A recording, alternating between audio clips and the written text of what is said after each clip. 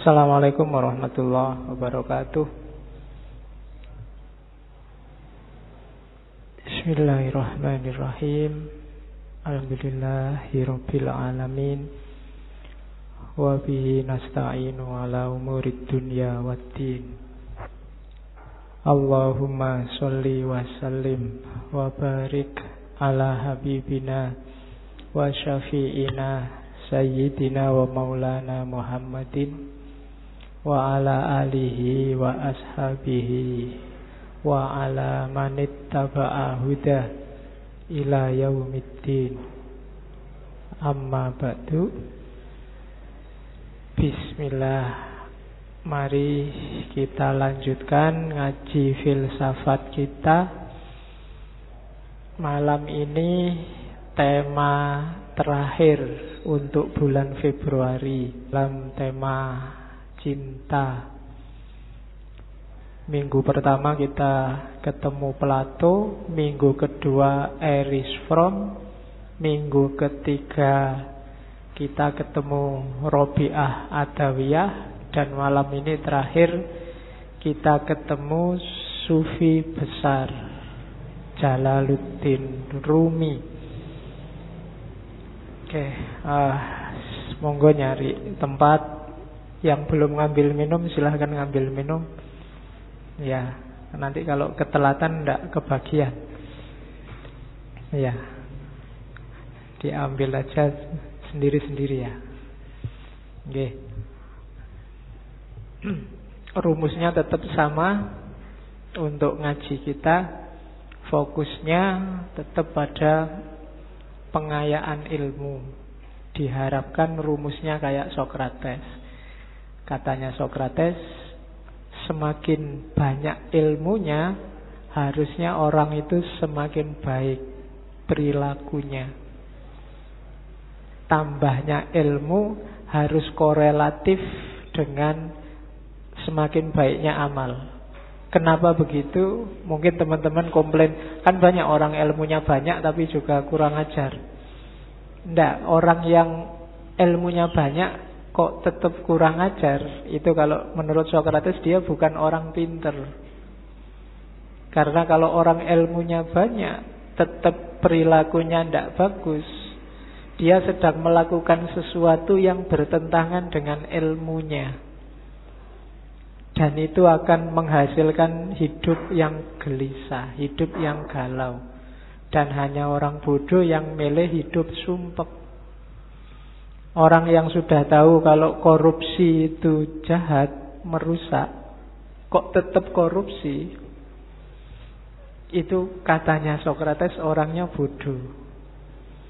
Maka visi kita di ngaji ini yang bolak-balik saya sampaikan, semakin nambah ilmunya harusnya semakin baik kelakuannya. Rumusnya itu. Kalau belum, ya diusahakan. Kan cuma itu. Bismillah. Kita sekarang masuk ke seorang sufi besar. Asalnya dari Balkh. Kalau tulisannya Balkhi. Daerah Afghanistan. Dari sekitar awal abad 13. Jalaluddin Rumi ini lahirnya 1207 dan nanti meninggalnya tahun 1273. Sufi Jalaluddin Rumi ini terkenal tidak hanya di dunia Islam. Orang Barat juga banyak yang jatuh cinta sama Jalaluddin Rumi. Dulu tahun 2007 waktu PBB 2007 800 tahun peringatannya Rumi, itu UNESCO PBB mencanangkan tahun 2007 adalah tahun Jalaluddin Rumi. Jadi orang Barat aja banyak yang jatuh cinta, padahal kita banyak yang tidak kenal sama Jalaluddin Rumi. Jangan-jangan orang luar lebih mengapresiasi. Dan sejauh yang saya tahu, muka kita umat Islam itu banyak diselamatkan oleh beliau-beliau ini. Stigma-stigma negatif Islam yang teroris, Islam yang ngamuan, itu menjawabnya mudah karena ada orang-orang seperti Jalaluddin Rumi ini. Jadi kalau ada yang ngomong Islam itu ngamuan, enggak. Coba dilihat Rumi itu. Kebetulan nama ini diakui. Bahkan Paus Yohanes ke-23 itu menghormati Rumi. Dia bilang kalau di hadapan Rumi saya harus tunduk dan patuh. Itu mereka. Dan ya jangan lagi tokoh-tokoh Muslim seperti Iqbal, termasuk juga tokoh Hindu seperti Gandhi, itu idolanya juga Rumi. Di masjid ini juga Rumi kan kita kaji bareng Cak Kus. Ya, semoga, makanya kok lama sekali ya ngaji filsafat ndak ngangkat-ngangkat Rumi. Loh, tiap sekian minggu kalian kan sudah ketemu Rumi. Cuma karena banyak yang minta, ya sudahlah saya angkat di filsafat cintanya. Sebenarnya banyak gagasan-gagasan original dari Rumi, cuma malam ini kita ngomong cintanya saja. Rumi ini ayahnya sendiri itu seorang wali, seorang ulama. Gelarnya Sultanul Ulama. Namanya Syekh Bahauddin Walad. Aslinya dari Balkh, Afghanistan. Afghanistan zaman dulu itu kan masuk wilayahnya Persia. Cuma waktu Rumi umur 3 tahun, Syekh Bahauddin Walad dan keluarga ini pindah ke Konya. Konya itu di satu daerah namanya Rum. Konya ini masih, kalau hari ini wilayah Turki. Makanya karena tinggalnya di daerah Rum, gelarnya, panggilannya Rumi, asalnya dari Rum. Nama aslinya Jalaluddin. Nanti Jalaluddin Rumi ini sejak kecil sudah pintar. Bahkan begitu masuk ke Konya, beberapa tahun saat dia umur 7-8 tahun, sama ayahnya diajak sowan ke wali besar saat itu, Fariduddin Attar. Begitu Fariduddin Attar sama Rumi melihat Rumi ini saat itu berdiri di belakang ayahnya. Katanya Attar, lihatlah lautan sedang datang, dan di belakang lautan itu ada samudra. Jadi sufi dan wali itu biasanya lebih ngerti siapa ya jadi siapa. Dan ramalannya Fariduddin Attar benar bahwa Rumi ini nanti melebihi ayahnya jauh.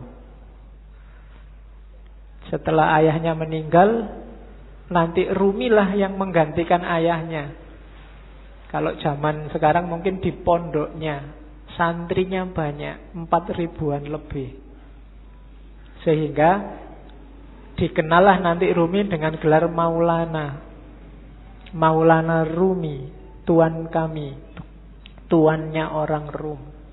Itu karena kepinterannya seorang Rumi. Jadi dia profesor pinter zaman itu. Meskipun nanti ada titik balik kehidupannya yang membuat dia jadi tidak sekedar orang pinter, tapi jadi orang sufi besar. Jadi yang bikin titik balik ini nanti ketika dia bertemu gurunya, namanya Syamsut Tabriz, Syamsuddin At-Tabrizi. Ini sufi misterius yang kemarin waktu kita ngaji Sunan Kalijogo, kan waktu Sunan Kalijogo mau naik haji ke Mekah terus transit di Malaya, di Pulau Upih itu nunggu kapal, bergurulah Sunan Kalijogo pada seorang wali yang namanya Syamsut Tabriz. Kalau di Serat Jawa namanya Syekh Sutabrid. Syekh Sutabrid ini dimungkinkan ya wali pengembara Syamsut Tabriz ini, meskipun ada beberapa kritik termasuk ndak sinkron tahunnya, tapi bisa jadi juga. Nah, itu Rumi. jatuh cinta luar biasa sama gurunya. Jadi kalian nggak usah heran kalau baca sejarahnya Rumi kok sampai segitunya ya sama gurunya. Masa gurunya cowok loh. Ya kan, biasanya sing pikirannya aneh-aneh, cowok seneng cowok berarti enggak gitu. Ya, kayak kamu kagum sama gurumu yang kamu anggap luar biasa kan juga kamu saking harapannya, saking senengnya. Dan Rumi ekstase kalau sama gurunya ini. Rumi dapat banyak sekali pelajaran dari Syamsu Tabriz. Dari situlah Rumi kemudian mulai menarik diri dari dunia ramai. Dia mulai zuhud, mulai uzlah, yang nanti memunculkan fitnah-fitnah, bikin Syamsu Tabriz tidak nyaman di dekat Rumi, terus pergi. Ketika gurunya ini pergi, itu Rumi mengalami semacam depresi, semacam stres, ditinggal orang yang paling disayangi. Mulai keluar bakat sastranya, syair-syairnya lahir.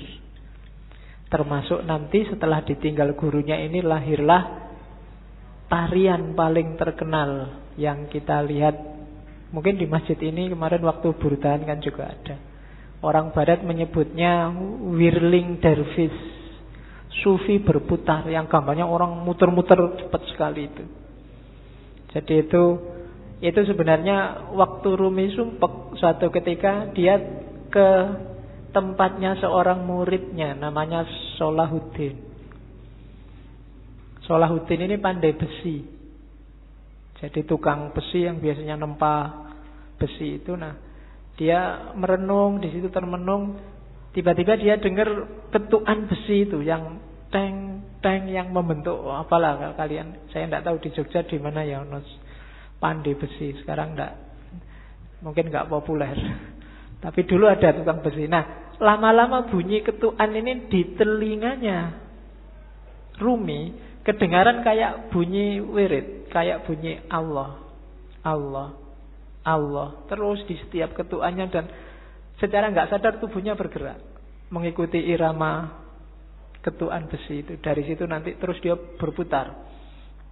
Dari situ nanti lahir whirling dervish yang terkenal dalam torekot yang di torekotnya Rumi itu namanya torekot Maulawiyah. Oke. Jadi torekot yang dikembangkan sesuai ajaran-ajaran Rumi. Ajaran-ajarannya dirumuskan sama sahabatnya yang namanya Syekh Husamuddin. Kalau Rumi dia nulis beberapa kitab besar yang populer, yang kita ngaji di sini sama Cak Kus itu Rubaiyat. Rubaiyat itu 1600 bait syair. Nanti kitab yang dia tulis paling terkenal lagi Diwanu Syamsu Tabriz. Ini pujian-pujian syair tentang gurunya Syamsu Tabriz. Tentang gurunya juga dia tidak cuma nulis diwan, tapi nulis Maqalatus Syamsu Tabriz. Dia juga nulis maktubat. Yang paling terkenal dari Rumi secara internasional juga adalah Masnawi. Masnawi ini bagi beberapa tokoh disebut Qur'annya Persia, karena ditulis awal pakai bahasa Persia. 25.000 bait syair didiktekan pada sahabatnya Syekh Husamuddin dalam jangka kurang lebih 15 tahun. Meskipun enggak secara kontinu di tahun-tahun terakhir kehidupannya Rumi. Itu untuk menutupi kerinduannya pada gurunya. Syekh Husamuddin ini sahabatnya yang bertugas mencatat syair-syairnya Rumi. Jangan salah, Rumi itu kalau bersair nggak pakai mikir, nggak pakai nulis. Namanya bil bidah. Jadi kayak orang ngomong tiba-tiba keluarnya syair aja. Jadi dia nggak pakai, kayak kalian kan bikin puisi garis keliru dicoret, dihapus, ganti lagi. Kurang indah dihapus. Enggak, kalau Rumi namanya bil bidah, secara langsung. Badihi itu kan langsung. Jadi begitu dia ekstase, dia ngomong dan muridnya mencatat. Dari situ lahirlah Masnawi. yang 25.000 bait syair. Dan syairnya itu kalau Mas Nawi coba sekali-sekali dibaca. Saya tahu teman-teman akrab enggak ya dengan warisan-warisan semacam ini. Saya dulu zaman mahasiswa sukanya yang terjemahannya Nicholson itu. Nicholson aja menerjemahnya panjang, hampir 25 tahun. Menerjemah karyanya Rumi mulai 1925 sampai 1950. Orientalis itu mau sekian puluh tahun menggeluti karya umat Islam. Jangan dibandingkan sama kita. Ya, nanti kita malu. Kita kan bisanya cuma marah-marahin orientalis. Padahal kita tidak mau setekun orientalis untuk belajar Islam. Itu kelebihan kita hari ini. Iya, kita kan senengannya nesu. Kalau ada yang nggak cocok dikit marah-marah. Kemarin saya waktu di Jakarta ada wartawan yang tanya, Pak Faiz, ngaji filsafat itu kitabnya apa? Tidak ada kitabnya. Lah kok tidak ada kitabnya? Ya memang tidak ada. Lah terus pakai apa? Tak bilangin kitabnya itu kitab cahaya. Ya kan kitabnya cahaya toh kita. Iya. Jadi terus yang datang itu siapa aja kan? Biasa tak pakai guyon itu kan. Yang datang ke sini itu semuanya bercahaya. Karena senengannya pegang HP, dipegang wajahnya bercahaya semua. Ada yang tanya gitu. Ya kemarin saya waktu sama Pak Said Akil itu kan terus gimana ya Pak solusinya, ada hoax, ada berita palsu itu kan di panel sama banyak tokoh yang lain. Solusinya banyak tapi ya masih sumpek aja. Akhirnya terakhir kata-kata terakhir Pak Faiz gimana? Gimana kalau kita berdoa saja? Doa kita itu selama ini kurang. Kita kan biasanya doanya Rabbana atina fid dunya hasanah wa fil akhirati hasanah. Sekarang dunianya tambah satu lagi, dunia maya. Itu kan kita kan bingung hari ini gara-gara dunia maya.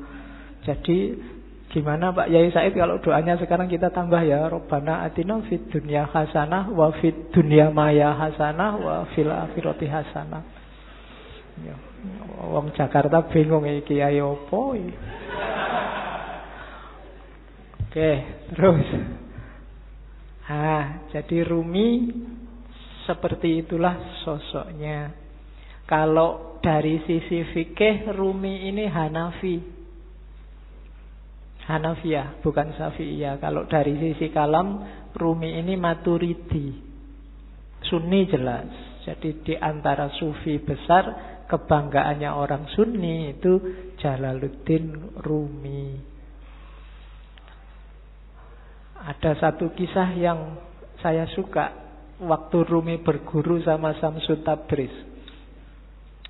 Satu ketika gurunya ini kan wali itu kan so aneh-aneh. Satu ketika Rumi, kita malam-malam ngobrol gini kan enaknya sambil minum ya. Mbok tolong kamu beliin tuak, beliin arak, nanti kita minum bareng-bareng. Rumi heran, sampean ini sehat Pak Guru? Kan kamu sering gitu hari ini kan, Anda sehat? Mesti gitu. Ya. Sekarang kan sering kamu disindir gitu kan, di WA di Facebook kan mesti gitu. Anda sehat? Yang paling banyak sekarang Anda Muslim, mesti gitu. Ya. Kalau yang perempuan gampang jawabnya bukan, saya Muslimah. Sama gurunya disuruh beri arak, disuruh beri minum-minuman keras. Kan Rumi, lah gimana guru saya malu nanti kalau ketahuan murid-murid saya, ketahuan orang-orang, wong wali kok malah minum-minum. Loh kamu mau apa enggak? Kalau enggak mau ya enggak usah jadi muridku. Yalah terpaksa berangkat. Padahal kedai arak itu ada di perkampungan orang Nasrani. Akhirnya Rumi ya wis gampang lah diatur. Terus dia pakai jubah besar.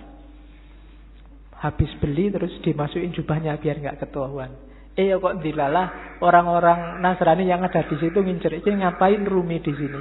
Malah beli minuman keras, diikuti dari belakang. Begitu nyampe depan masjid, teriak ini orang Nasrani, lihat wali kalian, sufi kalian beli minuman keras. Itu orang masjid, masa tau nggak percaya awalnya. Begitu dibuka, coba lihat di jubahnya, Benar ada minuman keras di situ. Wah, wali palsu berarti dipukuli banyak orang Rumi di situ. Saat Rumi dipukuli terus gurunya datang, Syamsul Tabriz. Gurunya bilang, kalian salah paham, itu bukan minuman keras, itu cuma air putih biasa. Waktu coba lihat, ternyata benar air putih biasa. Itu sebenarnya pelajaran buat Rumi. Rumi, kamu membanggakan apa? Status, nama besar, kewalian, penghormatan orang lain. Apa benar mereka menghargaimu, menganggapmu penting, menganggapmu besar? Wong cuma gara-gara botol kecil ini aja kamu sudah dipukuli.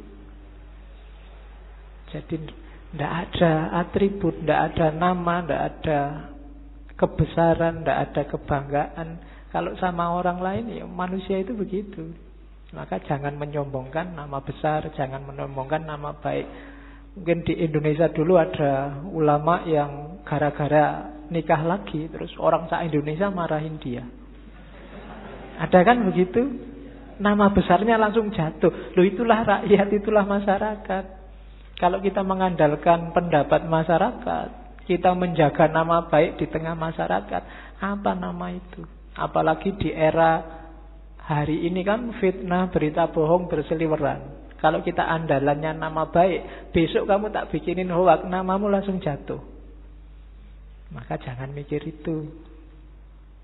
Tidak usah sibuk dengan orang menganggap aku baik apa enggak. Yang penting lakukanlah, jadilah orang baik. Tidak usah mikir, benar enggak aku baik, orang melihatku baik. Ada kebalikannya, aslinya kamu jelek, tapi kamu pingin dianggap baik. Itu nanti yang disebut pencitraan. Nah, oke. Wong kamu foto aja kan, foto itu kan harusnya nggak menipu. Tapi kan kamu cari aplikasi sekiranya wajahmu bisa kelihatan cakep kan gitu. Foto dari depan jelek, dari samping dari samping, kan sering-sering begitu. Oke, bismillah, sekarang kita lihat ya. Punya apa Rumi? Sebentar kita lihat garis besar pikirannya sebelum masuk ke cinta. Gagasan dasarnya hampir semua sufi adalah melampaui yang lahiriah. Itu kalimat-kalimatnya Rumi.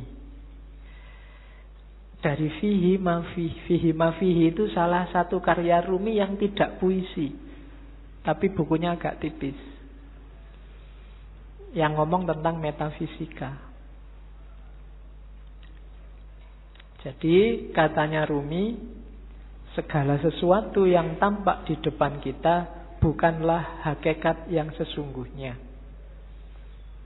Ini hampir semua sufi bilang begini. Yang lahir itu tidak sejati. Yang kelihatan itu tidak asasi. Rumi ngasih contoh. Yang tampak dari bumi adalah debunya. Namun di balik debu itu adalah sifat-sifat Tuhan yang mengejawantah.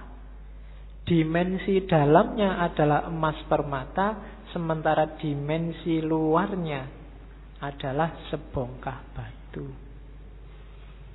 Jadi ini penekanan sangat serius dari para sufi. Kita jangan ketipu oleh lahiriah. Karena yang lebih punya nilai itu adalah yang dibalik lahir.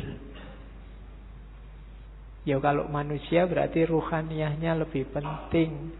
Kalau itu sesuatu berarti esensinya, bukan eksistensinya. Yang ruhaniyah bisa menipu. Bumi itu kelihatannya cuma debu, tapi kalau kamu masuk ke dalam, banyak hal berharga di situ. Ada emas, ada minyak. Banyak juga hal tidak berharga. Lebih kotor dari rebu, mungkin kotoran. Tapi dia tidak kelihatan, ada di balik yang fisik. Maka jangan ketipu yang fisik. Sehingga katanya Rumi, jangan terikat oleh bentuk, keluarlah dan gapailah makna. Kacamata ini ya kacamata lahirnya. Cuma kan lahirnya tidak penting. Yang lebih penting apa? Maknanya. Alat untuk baca. Kalau cuma lahirnya ya cuma kaca sama plastik sama itu. Dia jadi bermakna karena apa? Ada sesuatu yang dikandung di balik yang fisik apa? Dia bisa dipakai untuk baca. Itulah makna. Atau mungkin pas kamu gatel terus dipakai untuk garuk-garuk. Ini kan makna namanya. Kelihatannya tidak penting, tapi dia maknanya apa itu lebih penting. Teh ini misalnya. Ini kan minum. Biar kamu hausnya hilang. Menghilangkan haus itu makna dibalik barang yang warnanya coklat ini. Itu lebih penting. Jadi haus yang hilang itu lebih penting daripada teh yang warnanya coklat ini. Jadi bukan tehnya, kualitas apapun teh misalnya, kok tidak bisa menghilangkan haus ya, kamu tidak nganggap penting, mungkin tidak kamu minum. Bismillah ya, dicoba ya menghilangkan haus benar apa. Oke. Tidak usah dijawab. Kamu nunggu aku ngomong menghilangkan haus apa enggak ya? Ya mesti wae, masuk kamu umur berapa baru paham kalau teh menghilangkan haus. Oke ya, yang terakhir itu bagus. Hati-hati, jangan tertipu. Banyak hal yang kau anggap sebagai penyebab sebenarnya adalah hijab. Ini penting. Banyak hal lahir, yang lahir ya, karena ini ngomong yang lahir sama yang batin. Yang lahiriah, yang kelihatan, kita nganggapnya ini sebab. Baju membuat kita ganteng. Kemudian amal baik membuat kita masuk surga. Macam-macam yang lahir-lahir ya. Katanya Rumi, hati-hati. Yang kita anggap sebab sering-sering malah jadi hijab. Hijab itu sesuatu yang menghalangi kita, malah menjauhkan kita dari Allah. Banyak hal yang kita anggap, oh gara-gara amalku yang ini loh, sekarang aku jadi tentrem hidupku. Seolah-olah kamu yang bikin hidupmu tentrem dengan kamu beramal. Allah tidak main di situ. Itu yang disebut hijab. Perannya Allah kamu hilangkan. Kamu menjauh dari Allah gara-gara yang kamu anggap sebab tadi. Gara-gara amalku ini sekarang rezekiku berkali lipat. Amalmu itu kan sebab. Itu loh. Kamu nganggap dengan kamu beramal terus Allah ngasih kamu. Jadi kayak kamu bisa merentah Allah. Ini hijab kalau bahasanya Rumi. Bikin kamu malah jauh dari Allah. Seolah-olah kamu yang mengatur ceritanya. Padahal bukan. Kan sering ya yang ceramah-ceramah, mari kita sedekah sekian, nanti baliknya sekian. Ya, dompet, mana dompet? Kan mesti gitu. Sering-sering. Nah, enggak. Iya mungkin begitu, tapi jangan dianggap sebabnya itu. Terserah Allah lah. Misalnya Allah menjanjikan 7.000 terus kamu cuma dikasih 5.000, apa ya? Kamu bisa komplain. Atau ayatnya bilang 7.000 terus kamu dikasih 700.000, kan ya enggak suka-suka Allah. Amalmu bukan sebabnya. Kalau kamu merasa amalmu sebabnya, kalau kamu merasa yang lahiriah sebabnya, biasanya terus jadi hijabmu yang bikin kamu jauh sama Allah. Seolah-olah yang bikin cerita dirimu. Sodakoah biar enggak ketemu bencana. Seolah-olah kamu yang ngatur ceritanya. Itu yang oleh Rumi disebut hijab. Jangan salah, yang lahir-lahir, yang sering kita anggap sebab, itu ternyata nantinya berubah jadi hijab. Jadi lampauilah yang lahiriah itu. Terus, nah, kata-kata Rumi lagi. Kalau manusia dianggap manusia dari fisiknya, dari lahirnya saja, maka Muhammad dan Abu Jahal itu memiliki kualitas yang sama. Lukisan di dinding pun persis seperti manusia. Lihatlah apa yang kurang, lukisan indah itu kehilangan ruhnya. Jadi manusia juga begitu. Jadi manusia atau tidak yang sejati tidak tergantung fisik, tapi tergantung dimensi batinnya. Kalau hanya fisik, maka Muhammad dan Abu Jahal itu ya sama-sama Arabnya, sama-sama punya jenggotnya, sama-sama pakai jubahnya, sama-sama pakai bahasa Arab, sama-sama takbir. Mungkin. Tapi yang membedakan apa? Ruhaniyahnya, batinnya. Maka kalau menilai, patokannya jangan luarnya. Kalau kamu menilai orang baik, wah ini pakai jenggot, pakai baju jubah, batuknya hitam, radikal mesti. Nah, itu namanya kamu hanya dari lahirnya. Oh, pakai kopiah, pakai sarung santri, bid'ah mesti kelakuannya. Ah, itu cuma dari lahirnya. Apa yo ngerti? Cuma dari lahir, kan begitu. Kalau hanya kamu lihat lahirnya, mungkin yo bintang-bintang film itu yo harusnya sangat berkualitas, superhero atau main jadi wali, kan ada itu jadi kiai itu. Kalau cuma lahirnya loh ya. Oke, jadi ndak lampaui yang lahir, jangan ketipu oleh yang lahiriah. Banyak orang tertipu di situ. Jadi katanya Rumi, duhai saudara, engkau adalah apa yang kau rasakan dalam pikiranmu. Selain itu hanya tulang dan daging. Kalau kau anggap dirimu bunga, maka engkau adalah taman bunga. Kalau kau anggap dirimu semak berduri, maka engkau hanyalah bahan bakar perapian. Itu maksudnya Rumi, ayo kita garap wilayah batin kita. Kamu nganggap dirimu hari ini apa?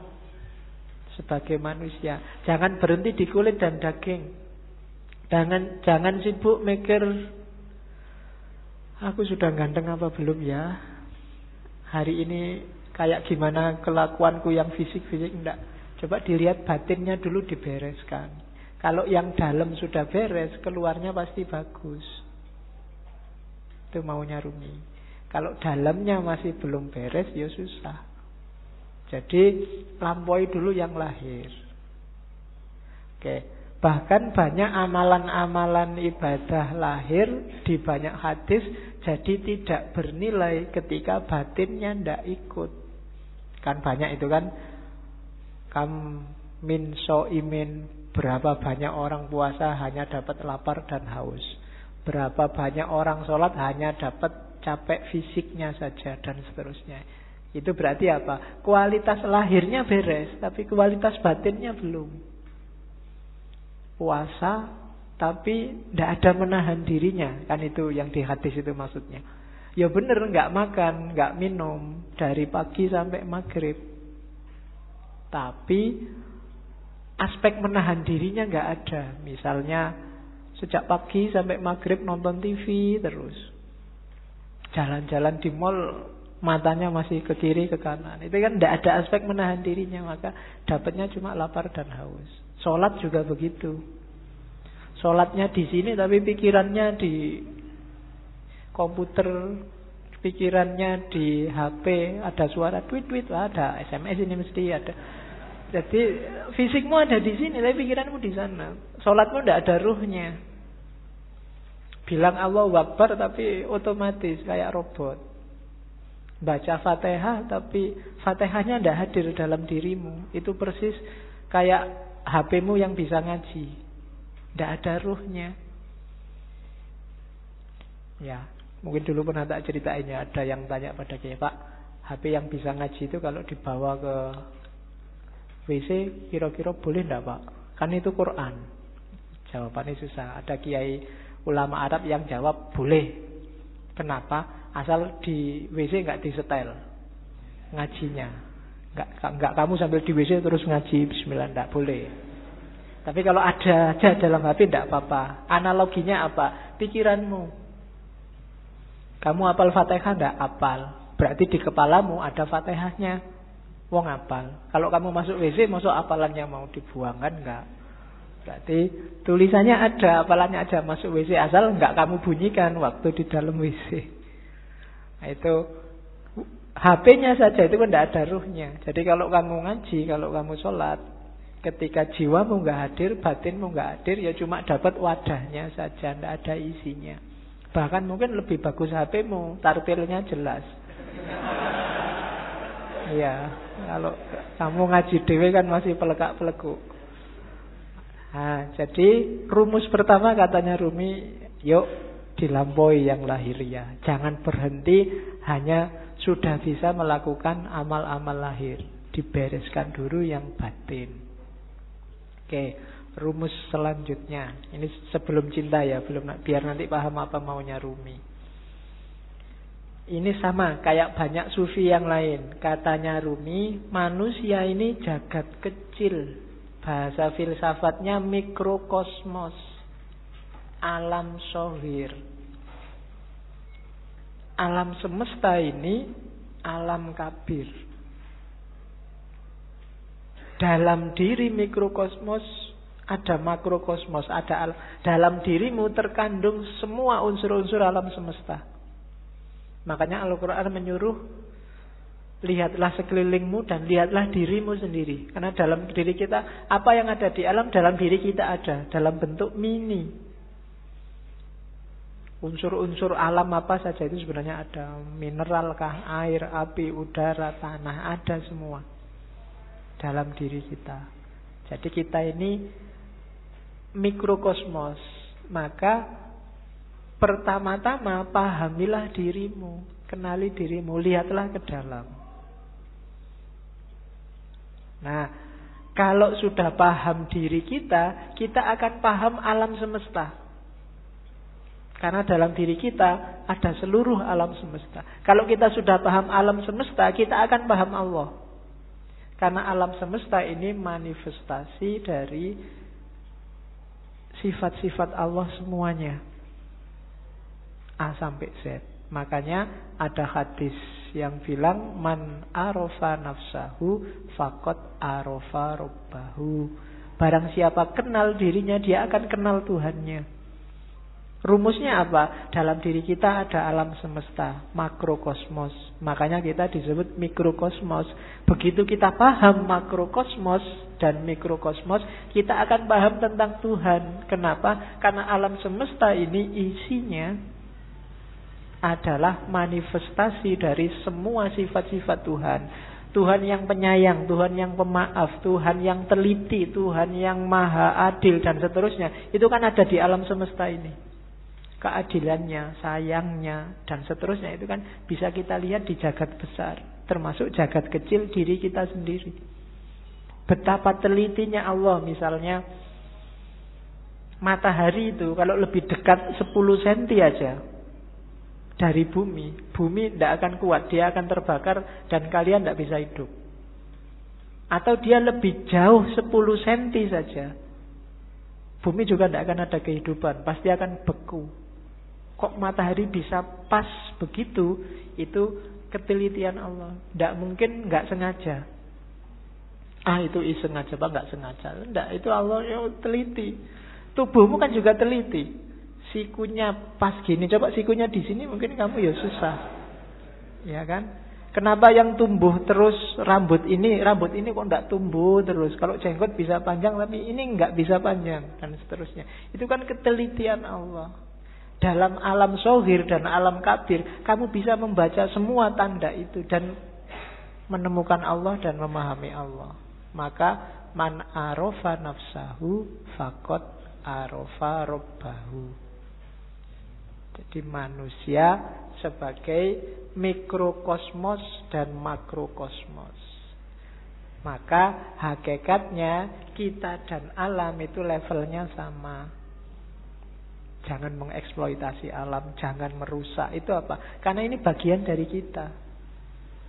Termasuk dengan sesama. Kita dan masyarakat yang lain itu satu. Kita dan alam semesta itu satu. Hanya kita dalam bentuk mini. Oke, saya lanjutkan. Karena malam ini materinya agak banyak. Ini kalimat yang saya suka dari Rumi. Jangan engkau seperti iblis, hanya melihat air dan lumpur ketika memandang Adam. Lihatlah di balik lumpur beratus-ratus ribu taman yang indah. Kalimat ini menurut saya penting karena orang Indonesia hari ini cara berpikirnya landasannya adalah suudzon. Nganggap orang lain jelek, khususnya yang berbeda dengan dirinya. Kalau sudah benci, tidak ada baiknya sedikit pun. Itu disindir oleh Rumi. Orang kayak gini, kayak iblis, yang melihat Adam hanya dari sisi air dan lumpurnya. Tidak melihat bahwa siapapun itu kalau manusia di balik yang fisik yang kelihatan, mungkin yang kurang ajar, yang jahat, yang ada entitas ketuhanan. Ketika di Al-Quran Allah bilang wa nafakha fihi min ruhi, dan kutiupkan dalam diri manusia itu sebagian dari ruhku. Itu kan ya untuk semua manusia, tidak cuma untuk orang baik saja. Ya orang jahat ya ada ruhnya juga yang bagian dari Allah. Hanya saja di orang-orang yang jahat, yang jelek ini, ruhnya Allah ini terhijab banyak sekali sehingga tidak kelihatan. Sehingga gelap. Tapi dia tetap manusia, harus ditolong. Tidak kayak iblis, dilihat jeleknya saja pokoknya. Nah, yang melihat jeleknya saja itu hanya melihat air dan lumpurnya Adam. Padahal Adam itu punya ribuan, ratusan ribu taman yang indah. Manusia itu indah. Kehidupan manusia juga indah. Ya kita sendiri yang sok-sok merusak. Dengan nafsunya tentunya ya. Hari ini kita sering jadi iblis. Kita ya jangan nunjuk orang lain. Biasanya nek wis benci kan terus gak ono api belas. Sejahat apapun orang, pasti ada sisi-sisi tertentu dalam hidupnya yang masih baik. Perampok, pembunuh itu kalau pas dia makan, ya ketika dia makan ini baik, wong dia memelihara jasad titipan Allah dalam dirinya. Waktu dia pulang, misalnya punya anak kecil terus ndulang anaknya, itu ya baik. Mungkin terus dia mandi, menjaga kebersihan, itu kan juga baik. Mungkin di antara hasil curiannya eman-eman ini sedekah sebentar, tetanggaku ada yang tidak. Iki yo apik meskipun barang colongan itu tadi. Malingnya jelek iya, ngerampoknya jelek, tapi banyak sisi yang baik dalam kehidupannya. Tapi kalau begitu kita benci, yang baik-baik ini enggak kita lihat. Sebaliknya kadang-kadang juga begitu kita suka, yang jelek-jelek enggak kita lihat. Nah, maka yang penting yang pertama jangan kayak iblis ya. Suka benci orang lain.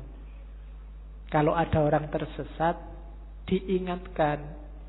Kalau dia ngeyel, ya sudah, kan gitu rumusnya.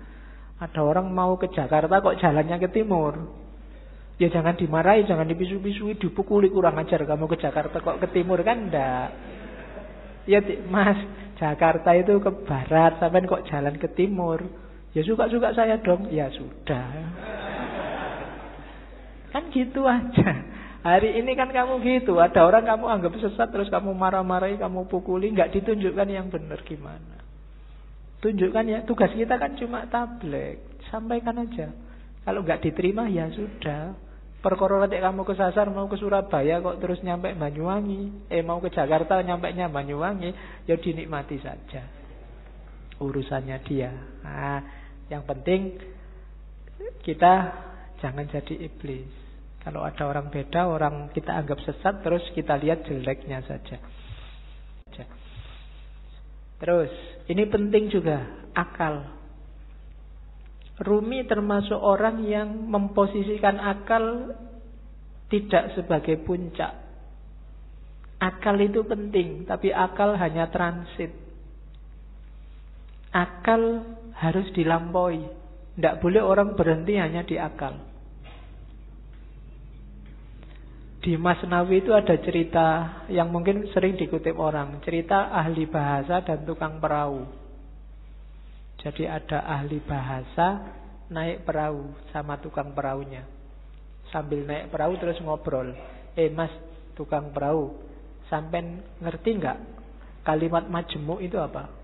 Nggak ngerti, Pak. Sampean sudah tua, kalimat majemuk aja nggak ngerti. Rugi sampean hidup itu. Sampean ngerti nggak kalimat sastra itu kayak gimana? Nggak tahu, Pak. Apalagi sampean sudah umur tua gini sastra aja nggak ngerti. Buat apa umur sampean dihabiskan? Sampean ngerti nggak? Pokoknya diajak ngobrol gitu, dimarahi terus, dilecehkan terus. Tiba-tiba terus ada badai. Kapalnya mau tenggelam, katanya yang punya perahu, waduh ini Pak, sampean bisa nggak berenang? Nggak bisa. Sampean sampai tua berenang aja nggak bisa, ya wassalam, sampean mati, bye-bye, tak tinggal ya, sudah selesai. Nah, itu cerita ini terkenal, nanti variasinya macam-macam.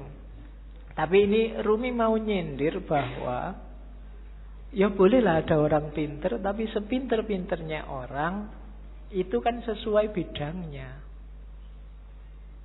Yang pinter filsafat mungkin tidak ngerti sama sekali tentang fikih.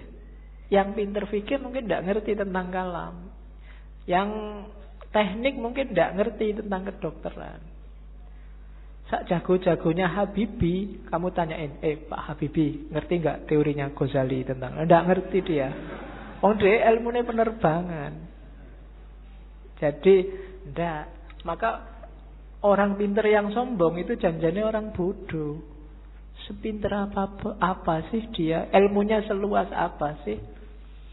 Tidak ada. Orang itu selalu pinternya fakultatif. Sesuai fakultasnya masing-masing. Tidak ada ilmu universal. Makanya tidak ada kuliah di universitas, yang ada di fakultas. Universitas cuma mengkoordinir. Kalau digabung dari banyak fakultas, jadilah universitas. Kan logikanya begitu. Jadi cerita ini sebenarnya Rumi menyindir, sejago-jagonya akalmu hanya bisa menangkap sesuai pengalamanmu masing-masing. Tidak akan lebih dari itu. Tapi saya ngerti dunia luar angkasa loh Pak. Ya, paling kamu pernah baca buku tentang luar angkasa, kan itu aja. Filsafat saya juga ngerti, matematika juga ngerti. Yang kebetulan kamu ngalami membaca atau ngalami belajar. Yang tidak ya enggak. Sokrates mungkin orang paling pinter, tapi sama istrinya urusan nyambel apa urusan bikin sayur itu tetap menang istrinya. Ya kan? Sepinter apapun Immanuel kan, kalau bannya bocor, kan ada cerita satu ketika Immanuel kan bannya bocor, sadelnya patah. Begitu nyampe di tukang sadel, Immanuel kan pingin nguji yang punya, tukang sadel tolong saya dibikinin sadel yang pakai rumus trigonometri plus 2 kali. Dari tukang sadel tidak bisa saya. Kalau sadel biasa bisa, kalau pakai rumus macam-macam tidak bisa. Ya memang beda ilmunya. Jadi yang pertama catatannya akal itu tidak segalanya. Kalau kita hanya bersandar pada akal, maka kita bersandar pada batas pengalaman kita sendiri. Karena sejauh apapun ilmu kita, ya sebatas yang pernah kita alami. Ilmunya mahasiswa filsafat pasti beda dengan mahasiswa pendidikan, pasti beda dengan mahasiswa teknik. Itu batasnya akal. Jadi saya bilang tadi, akal hanya transit. Katanya Rumi, akal, jasmani, lahiriah ini harus sih, cuma dia bukan tujuan. Dia hanya alat transit kita untuk menggapai yang lebih dalam, lebih tinggi, wilayah ilahiyah. Jadi jangan dihentikan akal untuk akal. Atau kalau fisik misalnya harta untuk harta, tidak bisa berhenti di situ. Karena hidup kita ini rumusnya adalah inna lillahi wa inna ilaihi roji'un. Dari Allah dan sekarang sedang berjalan menuju Allah lagi. Maka apapun pengalaman, kalian punya apapun, ngerti ilmu apapun, punya harta apapun, punya kebisaan apapun, harus dalam rangka mendukung berjalan semakin dekat pada ilaihi roji'un. Termasuk akal. Kita dikasih Allah akal, panca indera, itu sebagai sangu untuk ilaihi roji'un. Jangan sampai tersesat. Bahkan Allah saking sayangnya sama kita, gak cuma itu, kita dikasih buku pedomannya langsung, namanya kitab suci. Enggak itu juga, karena khawatirnya kita enggak mau baca, kita dikasih nabi juga, dikasih rasul juga. Dalam rangka apa? Biar langkah kita ilaihi roji'un ini pas, enggak keliru.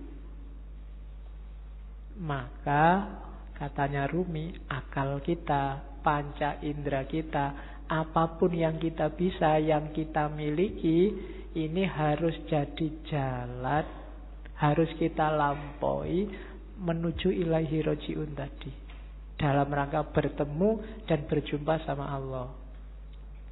Kalau enggak, berarti satu di antara dua. Kalau bukan kesia-siaan yang nanti kita sesali, mungkin juga ketersesatan. Sia-sia itu enggak ada gunanya, kita tuas capek. Tersesat itu kita nyeleweng, jalurnya tidak ilaihi roji'un. Kalau Al-Quran bilang yang bisa ilaihi roji'un itu nafs mutmainnah. Ya ayyatuhan nafsul mutmainnah, jiwa yang tenang. Maka tugas kita di dunia ini bikin nafs kita mutmainnah, biar nanti bisa ilaihi roji'un, bisa kembali dengan mulus, dengan lancar pada Allah. Nah itu akal. Jadi termasuk ngaji ini ya. Ngaji ini tidak boleh bikin semakin jauh dari Allah.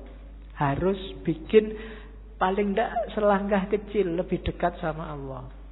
Kalau enggak, mending kamu tidak usah ngaji. Kalau ada ya Pak, saya itu ngaji filsafat terus jadi nggak yakin Allah itu ada apa enggak. Terus kamu tidak usah ngaji lah kalau gitu. Kok waktu ditanyain Allah besok kamu nunjuk aku. Itu yang ngajari Pak, nanti gitu aku susah aku.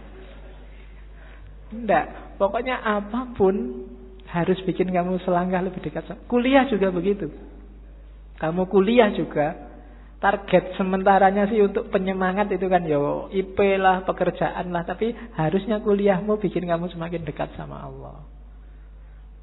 Makan juga begitu, tidur juga begitu, pacaran juga. Ya, jadi kalau punya pacar, bilang ke pacarmu, kita komitmen ya, kita pacarannya semakin mendekat ke Allah. Ya diatur sendiri rumusnya, kamu yang ngerti. Ya, kalau mau pegangan tangan, bismillahirrahmanirrahim. Ya, kalau sudah, alhamdulillah. Oke. Itu maunya Rumi. Jadi apapun fasilitas yang diberikan Allah pada kita sekarang, manfaatkan itu untuk ilaihi roji'un. Hakikat kita ada di situ. Dan semua yang bikin kita semakin jauh dari ilaihi roji'un, hindarilah. Termasuk mungkin yang casing itu kan tampakan luarnya, kelihatannya ini sangat agama deh, kelihatannya ini sangat islami deh, tapi kok rasanya bikin kamu semakin gak dekat sama Allah, mending dijauhi. Oke, itu Rumi. Saya ingin ngomong sedikit tentang ini. Tarian berputar Darwis, Whirling Darwis. Di tarian ini ada beberapa kunci ajarannya Rumi. Ya kalian lihat kemarin di masjid juga ada. Itu ada rumusnya. Mungkin kalian lihat ini kan semakin muter semakin cepat, semakin lemah semakin cepat. Ada yang tanya kok enggak pusing ya?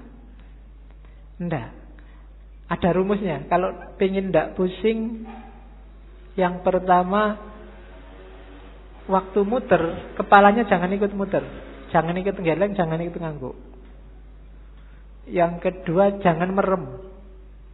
Kalau merem ada kecenderungan lebih pusing. Yang ketiga jangan lirak-lirik. Pandangan matanya harus lurus. Jadi yang gerak cuma badannya. Posisi tangan itu penting.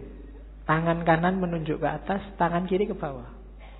Ini menjemput, menunggu hidayah dari Allah. Kalau sudah dapat disebarkan ke bawah. Jangan dilek dhewe basa Jawane. Aja dipek dhewe. Kalau dapat ilmu banyak, kalau dapat yang penting-penting ya disebarkan. Jangan pelit, jangan nunggu diundang dan dibayar baru mau ngajar. Ya. Wong ilmu kamu enggak beli. Saya selalu bilang ilmu itu bukan karena usaha kita, tapi dikasih Allah. Kalau belajar itu kewajiban kita, tapi dapat ilmu atau tidak itu terserah Allah. Makanya kadang-kadang ada mahasiswa kuliah kok ngantuk. Jangan dimarahin, mungkin memang belum rezekinya dapat ilmu dari dosennya. Jadi ini menjemput hidayah, yang ini menyebarkan. Terus mutarnya berlawanan dengan jarum jam. Yaitu ada filosofinya. Kayak tawaf itu kan berlawanan dengan jarum jam juga. Ya mungkin filosofinya kalau manut jarum jam itu berarti ikut ritmenya dunia. Ikut ritme sehari-hari. Tapi yang spiritual itu ritmenya dibalik. Kita geraknya tidak mendatar tapi ke atas.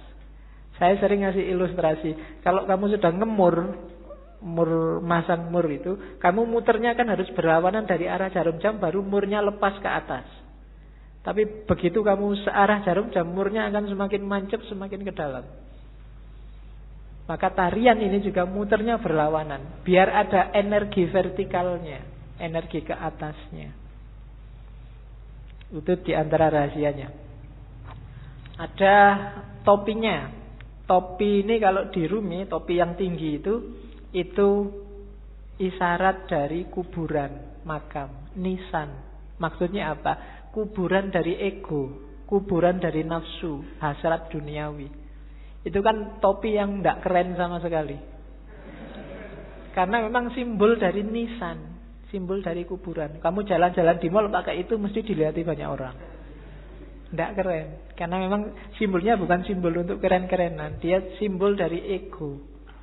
Terus baju putih itu ya ego yang sudah kamu kubur dalam dirimu, sekarang kasihlah yang putih, ditutupi oleh cahaya amal baik, kesucian. Nanti kalau pertunjukan biasanya ada fase ketika yang di tengah pakai jubah hitam, jubah hitamnya dibuang. Nah, itu berarti membuang semua yang hitam-hitam, yang jelek-jelek, untuk lahir sendiri jadi putih. Terus nanti ada gerakan kayak orang kedinginan itu. Nah, ini gerakan menyatu. Angka 1, tauhid. Dan seterusnya. Itu wawasan kecil aja. Jadi kamu jangan heran kalau ada jenis tari semacam itu. Itu ada makna spiritualnya. Nari saja tanpa makna ya eman-eman. Yang lihat tari juga harusnya bisa ngambil makna. Kalau dalam sufi, jenis semacam ini namanya sama. Sama itu seni mendengarkan. Dengan mendengarkan terus kamu tergerak mengalami kedekatan sama Tuhan. Kan kadang-kadang ada orang yang kalau wiritan sendiri dia susah dekat sama Allah, susah tergetar hatinya. Tapi begitu mendengarkan orang ngaji, mendengarkan lagu-lagu spiritual itu batinmu tergetar. Mendengarin lagu religius itu kamu kadang-kadang kan bisa nangis. Apalagi pas duit entek. Kok sedih ya aku. Kapan ini kan gitu. Itu. Tapi kalau wiritan sendiri enggak. Kan ada yang gitu. Maka teknik mendekat ke Allah itu sufi macam-macam. Kalau di torekotnya Rumi ini pakai tarian sama namanya. Kan ada musiknya nanti kan. Dan musik itu yang bikin ekstase lebih cepat. Oke, itu Whirling Dervish namanya. Teori tentang dervish yang berputar. Saya sudah mau masuk ke cinta, cuma puisi ini menarik saya untuk bekal teman-teman. Bagus untuk tidak kemerungsung. Banyak orang hari ini ketika kamu belajar ajarannya sufi terus, waduh berarti harus jadi sufi ini. Terus kamu besok wiritan terus, puasa terus 2 hari, tapi habis itu hari ketiga lagi, kumat lagi, terus lagi. Enggak. Katanya Rumi enggak begitu caranya, pelan-pelan. Step by step. Jika engkau belum punya ilmu, hanya prasangka, ya milikilah prasangka yang baik tentang Tuhan. Begitulah caranya, katanya Rumi. Jika engkau hanya mampu merangkak, maka merangkaklah kepadanya. Enggak usah nunggu pinter tasawuf, pinter ilmu kalam, pinter fikih baru mendekati Allah. Bisanya apa? Ya dengan itu kamu mendekat ke Allah. Jika engkau belum mampu berdoa dengan khusyuk, tetaplah persembahkan doamu yang kering, munafik, tanpa keyakinan itu. Karena Tuhan dengan rahmatnya akan tetap menerima mata uang palsumu. Tidak apa-apa. Kan banyak kan sekarang doa itu tidak ada rasanya karena kamu sudah hafal. Saking hafalnya kan doa Bismillahirrahmanirrahim, alhamdulillah. Doa itu kan minta. Minta apa tidak jelas. Itu mungkin malaikat ya bingung, kamu itu minta apa? Jaluk kok sambil ngeremong, sambil kadang yang jarinya sambil berdoa sambil mungkin jaluk tenan apa ya. Tapi tidak apa-apa katanya Rumi. Persembahkan saja doamu. Gusti Allah itu maha rahmat. Dengan rahmatnya dia tetap menerima mata uang palsumu. Ya. Dulu ada yang tanya ke saya, kenapa doanya orang Islam itu tidak terlalu manjur, lebih manjur doanya orang Cina. Karena orang Islam itu pasif, kalau doa nunggu, ya Allah kasih dong ya Allah. Kalau orang Cina maksa, ya Allah turunkan. Jadi akhirnya jatuh semua dari atas. Kamu kan nunggu buahnya jatuh. Kalau orang Cina jatuh dari atas. Oke. Jadi tidak apa-apa wis. Berdoa sebisamu. Ya agak palsu-palsu dikit, munafik-munafik dikit. Itu kan kering, munafik tanpa keyakinan. Keyakinan itu penting loh dalam berdoa. Karena Allah menjawab doamu itu sejauh keyakinanmu. Saya sering bilang kan, kalau kamu berdoa, ya Allah semoga semester ini saya lulus kumlot, tapi kamu bisa ndak ya wong IP ya ndak, kamu sendiri ragu-ragu ya ora dibales, kamu sendiri nggak yakin. Keyakinan itu penting. Pak, saya keyakinannya separuh, apa ndak usah berdoa saja? Ya berdoa saja, jangan khawatir. Allah tahu yang kamu mau. Berdoalah. Allah tetap mengakui meskipun uangmu palsu, sama Allah diterima aja, ndak apa-apa wis. Karena Allah sangat sayang sama kita. Jika engkau masih mempunyai 100 keraguan mengenai Tuhan, maka kurangilah menjadi 99 saja. Begitulah caranya, wahai pejalan. Jadi kalau kita masih tidak terlalu mantep keimanan kita selama ini, masih melanggar-melanggar, masih dosane oke, ya tidak apa-apa, dikurangi dikit-dikit. Ya 100% tidak mungkin lah ya.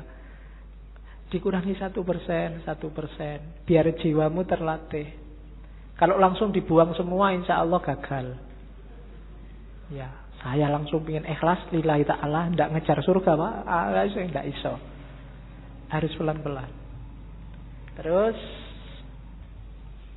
biarpun telah 100 kali engkau ingkar janji, ayolah datanglah lagi. Nggak usah malu-malu.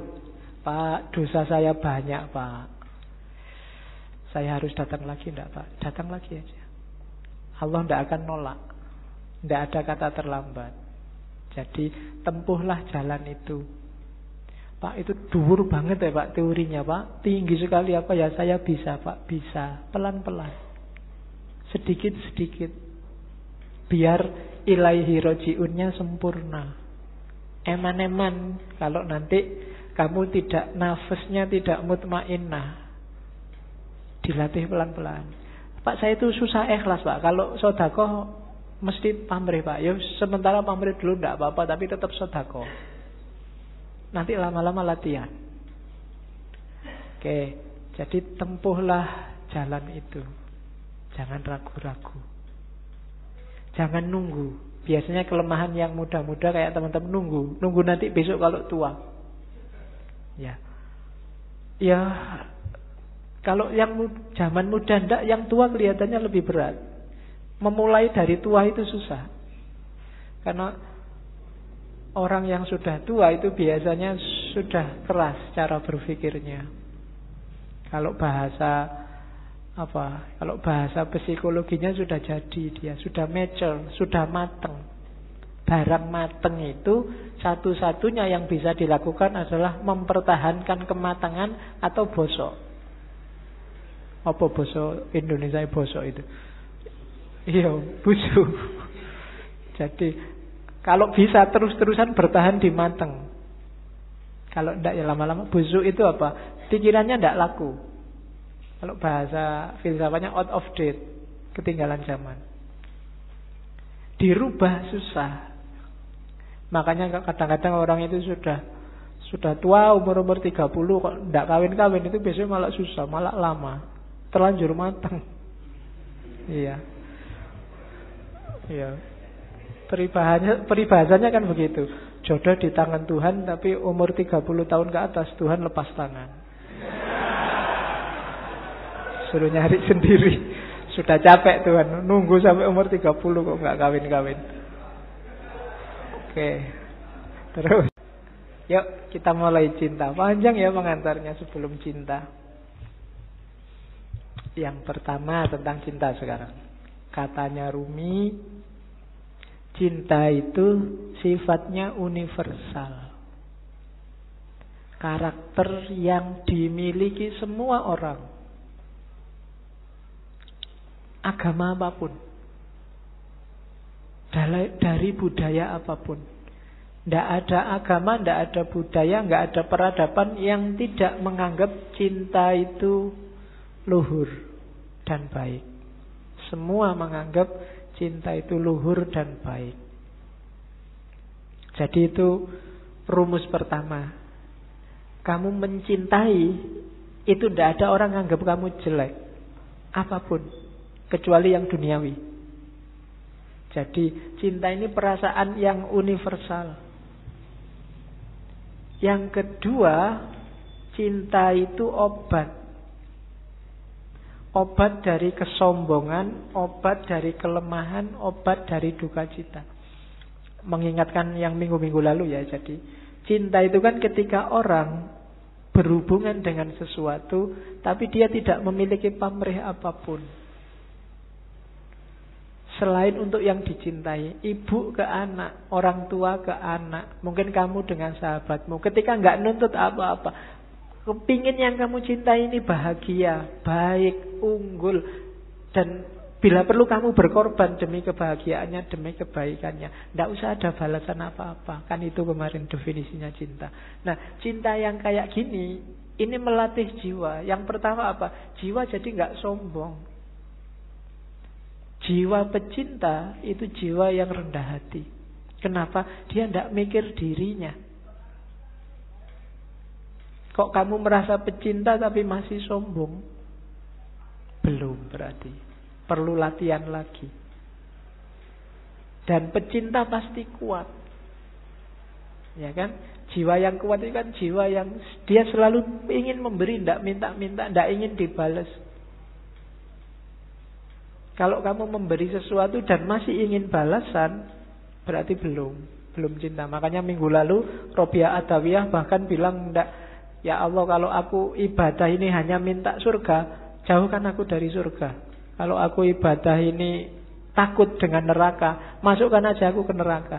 Aku tidak butuh surga, tidak butuh neraka. Aku hanya butuh dirimu, butuh ridhomu. Tadi kan rumusnya bukan ilal jannah atau minan nar, tapi ilaihi rojiun, pada Allah. Sering saya ilustrasikan surga dan neraka itu kayak semacam iming-iming biar kamu jalan menuju Allah. Kayak orang tuamu ngasih, belajar loh, nanti kalau belajar rajin tak beliin sepatu. Membeli sepatu ini surganya bagi kamu. Padahal maunya orang tuamu bukan sepatunya. Begitu kamu belajar, kamu akan pinter dan kamu akan ngerti manfaatnya pinter. Sholatlah, ibadahlah, zikirlah, biar kamu masuk surga. Kamu kan semangat begitu dipameri surga. Padahal begitu kamu tempuh jalan itu, sebenarnya kamu sedang menuju Allah. Itu memang diiming-imingi begitu. Karena manusia itu butuh reward konkret biasanya. Kalau rewardnya abstrak, orang geraknya susah. Tenang aja, besok di surga 72 bidadari gratis. Di sana bisa makan sak kapoe. Ini kayak diiming-iming. Kamu kan terus jadi semangat. Sebenarnya kalau kamu jalan di situ, ya kamu akan ketemu Allah. Surganya dapat surga yang punya Allah kok. Masuk ketika kamu sampai ke Allah, jiwamu tumanina sama Allah dicemplungin neraka, kan enggak? Ya pasti surga. Dan nikmatnya bareng Allah itu jauh melebihi surga. Nanti banyak teks yang bilang itu. Cuma kamu tidak bisa bayangkan.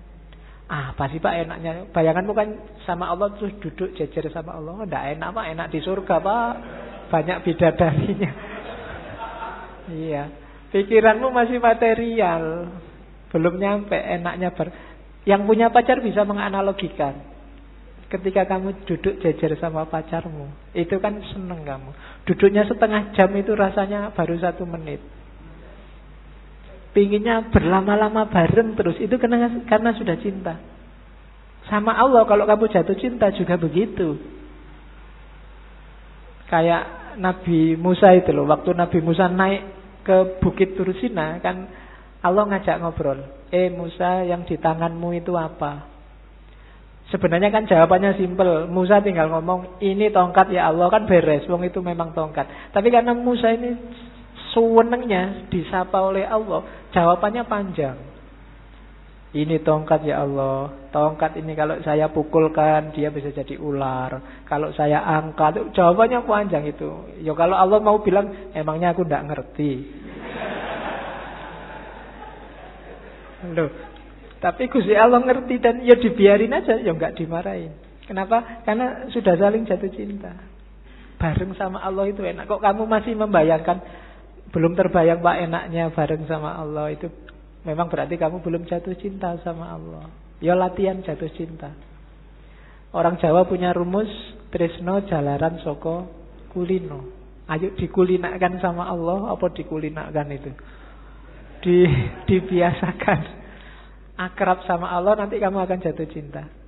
Entah kapan nanti kita akan ngambil sesi cinta lagi. Saya ingin ngangkat Ghazali. Ghazali konsepnya lebih konkret. Jalan untuk mencintai Allah. Tapi kapan-kapan, jangan cinta terus, nanti kamu mabuk. Oke, terus. Cintalah yang bikin alam semesta ini bergerak. Nanti Rumi punya teori evolusi yang khusus, tapi saya tidak akan sampaikan sekarang. Kapan-kapan Rumi nanti akan banyak sesinya.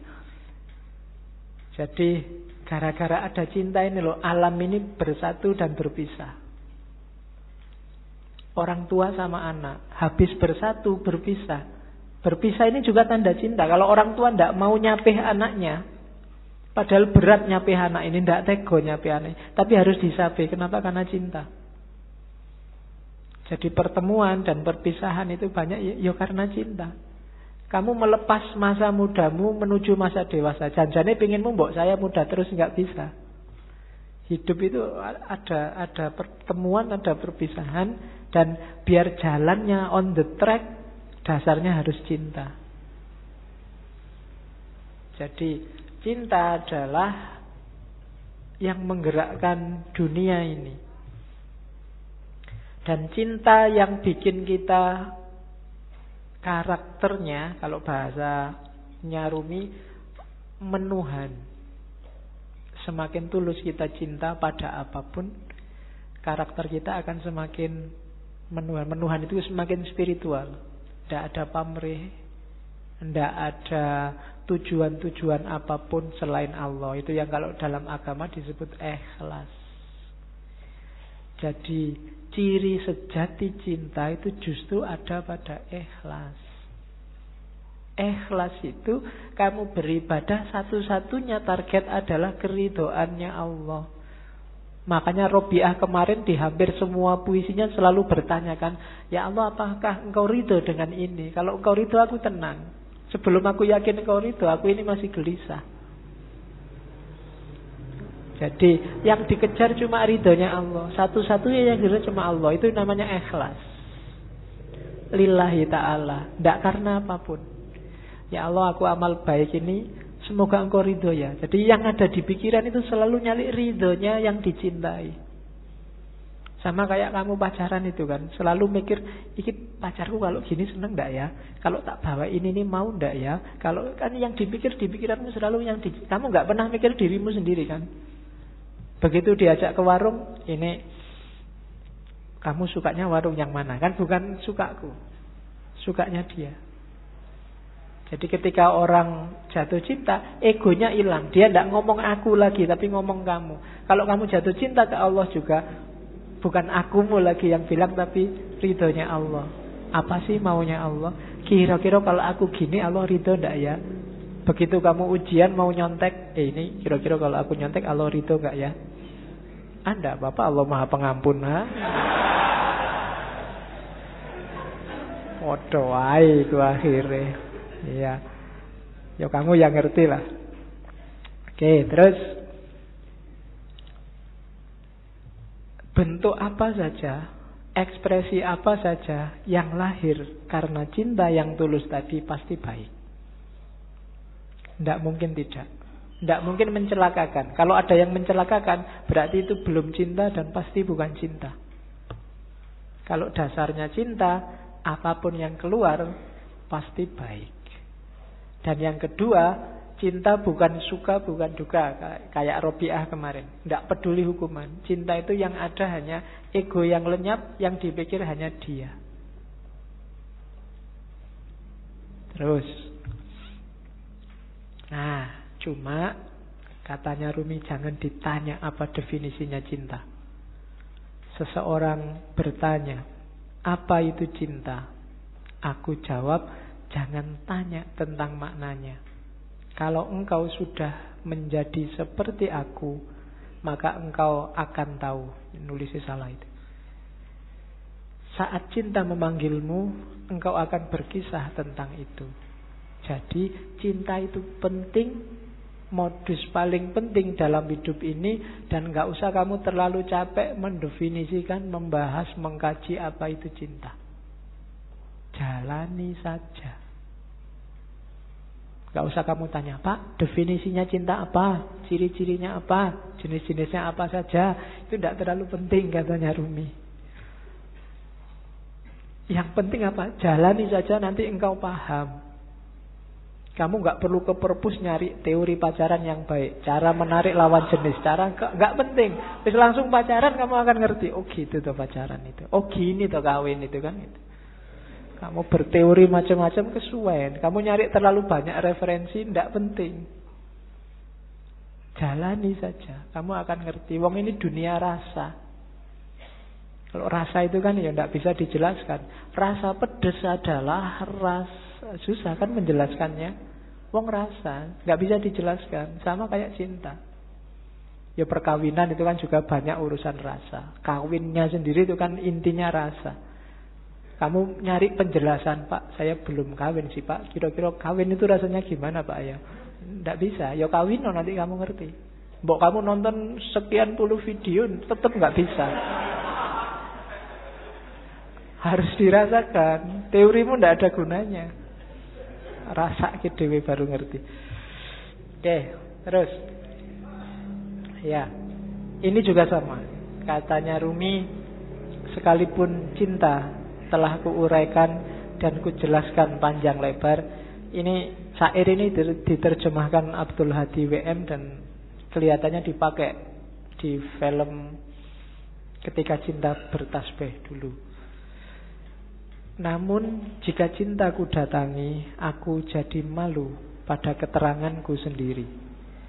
Meskipun lidahku telah mampu menguraikan dengan terang, namun tanpa lidah, cinta ternyata lebih terang. Sementara pena begitu tergesa-gesa menuliskannya. Kata-kata pecah berkeping-keping begitu sampai pada cinta. Dalam menguraikan cinta, akal terbaring tak berdaya, bagaikan keledai terbaring dalam lumpur hina. Cinta sendirilah yang menerangkan cinta dan kisah cinta. Nah, itu Rumi. Jadi orang yang bisa berpuisi seperti ini pasti ngalami. Tidak bisa enggak. Sepinter apapun kamu bikin puisi, kalau belum pernah jatuh cinta bener man, puisimu tidak akan ada rasanya. Mending jangan bikin puisi cinta. Ya, bikin aja puisi-puisi eksploitasi alam itu. Ya kan? Kan banyak puisi eksploitasi alam. Angin berhembus, kemudian ya. Oke. Puisi yang mengeksploitasi alam itu. Oke. Kita lihat. Ini Masnawi. Di Masnawi Rumi banyak ngutip ceritanya Laila Majnun untuk menjelaskan cinta. Laila Majnun yang karangannya Nizami. Saya membayangkan entah kapan sesi cinta ada beberapa novel cinta dari dunia sufi ya, bukan dari dunia populer, yang bagus untuk kita kaji di ngaji entah kapan, termasuk Laila Majnun. Jadi satu ketika Majnun ini sakit, badannya lemah. Terus dia datang ke tabib. Sama tabibnya, "Oh Majnun, ini untuk biar sakitmu ringan, kamu harus dibedah sedikit. Ada bagian tertentu tubuhmu yang darahnya harus dikeluarkan." Majnun, "Jangan, saya takut." Tabibnya heran, "Loh kamu ini gimana sih? Kamu kan sudah lama jadi orang gila. Sudah keluar masuk hutan, ketemu macan, ketemu. Kok takut hanya dibedah kecil aja?" "Bukan, saya takut Laila terluka." "Loh Laila mana? Yang dibedah itu dirimu, bukan Laila." "Loh enggak, di setiap jengkal tubuhku, setiap tetes darahku itu sudah tercampur oleh Laila. Aku sudah tidak bisa membedakan lagi."